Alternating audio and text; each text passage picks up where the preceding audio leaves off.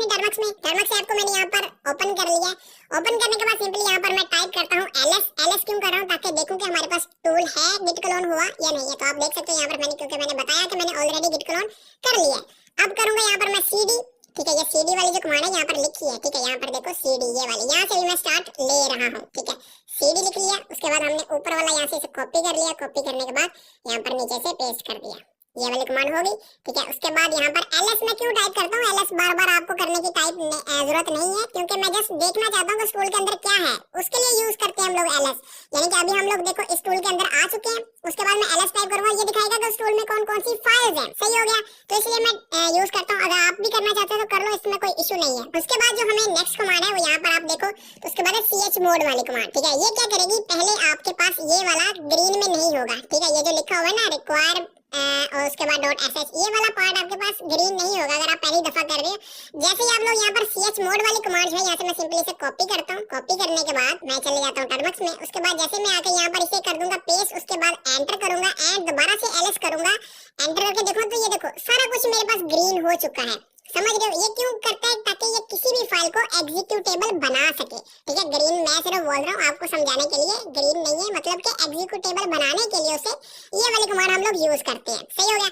उसके बाद हम लोग यहाँ पर ये वाली कमांड को उठाएंगे। जैसा कि मैं बोलता हूँ कि हमेशा कॉपी पेस्ट करना है, कभी भी खुद लिखने की कोशिश ना करना, क्योंकि खुद लिखोगे तो मिस्टेक करोगे। तो यहाँ पर सिंपली मैं पेस्ट कर देता हूँ, पेस्ट करने के बाद इसे एंटर कर देता हूँ, तो हमारा टूल कुछ इस तरह से रन होगा। ये हमें पूछ रहा है कि आप क्या यूज कर रहे हो, टर्मक्स यूज कर रहे हो, यूजरलैंड कर रहे हो, काले लिनक्स कर रहे हो, ये बंटू कर रहे हो, क्या कर रहे हो। तो सिंपली है हम लोग यहाँ पर एक टाइप करेंगे, हम लोग टर्मक्स यूज कर रहे हैं, तो उसे यहाँ पर मैं आपको थोड़ा सा इंटरफेस दिखा देता हूँ इसका, ऐसे करके। यहाँ पर देखो कुछ इस तरह से आपका टूल नजर आता है। अभी जूम कर लेते हैं ताकि आपको एचडी रिजल्ट मिले। एक मैंने यहाँ पर सिलेक्ट किया क्योंकि हम लोग टर्मक्स यूज कर रहे हैं। इसके बाद मैं करता हूँ इसे एंटर।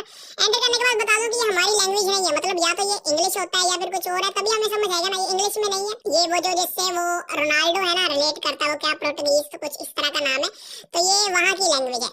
मैंने ऑलरेडी सारी रिक्वायरमेंट्स कंप्लीट करके रखी है, तो मेरे हो सकता है टाइम ना ले, बट आपकी ये टाइम लेगा। यहाँ पर देखो इंस्टॉल पाइथन हुआ, जैसे कि मैंने बोला था स्टार्ट में कि अगर करना है तो भाई कर लो, क्योंकि ये टूल बाद में खुद करेगा। लेकिन यहाँ पर मेरे क्योंकि बोल रहा है जल्दी जल्दी हो रहा है, क्योंकि मैंने ऑलरेडी जब ये टूल मैंने टेस्ट किया था तब मेरी हर चीज ऑलरेडी यहाँ पर हुई है, तो इसलिए मेरे काफी ज्यादा जल्दी हो जाएगा, बट आपके टाइम लेगा। यहाँ पर आप देख सकते हो कि ऑलरेडी अप टू डेट लिखा रहा है, ऑलरेडी सेटिस्फाइड लिखा रहा है, यानी कि सारी चीजें मेरी ऑलरेडी है, तो मेरे काफी ज्यादा स्पीड अप में होगा ये। तो यहाँ से मैं थोड़ी सी वीडियो स्किप कर रहा हूँ, जैसे यहाँ पर प्रोसेस स्टॉप होगा, जहाँ पे भी स्टॉप होगा मैं आपको बता दूंगा कि यहाँ से आपने क्या करना है। ओके, तो यहाँ पर आप लोग देख सकते हो कि हमारा टूल जो है वो एग्जीक्यूट हो चुका है एंड यहाँ पर हमें इंटरफेस दे दिया गया है। मैं आप लोगों को थोड़ा सा इसे जूम इन करके दिखाता हूँ।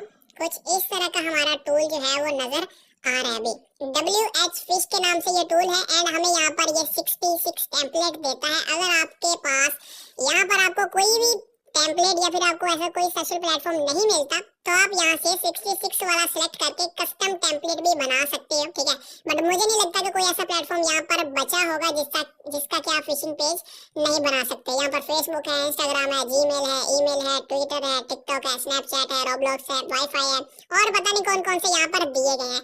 बट हमारा जो मेन मोटो है इस वीडियो का वो है इंस्टाग्राम, ठीक है। इंस्टाग्राम मैंने जैसा कि स्टार्ट में बोला, आप फेसबुक भी हैक कर सकते हो, ट्विटर भी हैक कर सकते हो, इंस्टाग्राम भी कर सकते हो, ठीक है। तो आपको जस्ट ऑप्शन सेलेक्ट करना है यहाँ पर आकर कि आपने क्या करना है। किसी का अगर फेसबुक करना है तो आप यहाँ पर देखो ऊपर फेसबुक का लिखा हुआ है, फेसबुक ट्रेडिशनल पेज आप 1 सेलेक्ट करना। अगर आपको किसी का इंस्टाग्राम करना है तो आप नंबर 5 सेलेक्ट करेंगे, ठीक है। यहाँ पर ऐसे ही आप लोग यहाँ पर कहीं पे देख लेना, ट्विटर भी लिखा होगा तो वैसे आपने वो वाला उसका सेलेक्ट करना है। यहाँ पर देखो 16 पे लिखा है ट्विटर, तो आपने यहाँ पर 16 टाइप कर देना।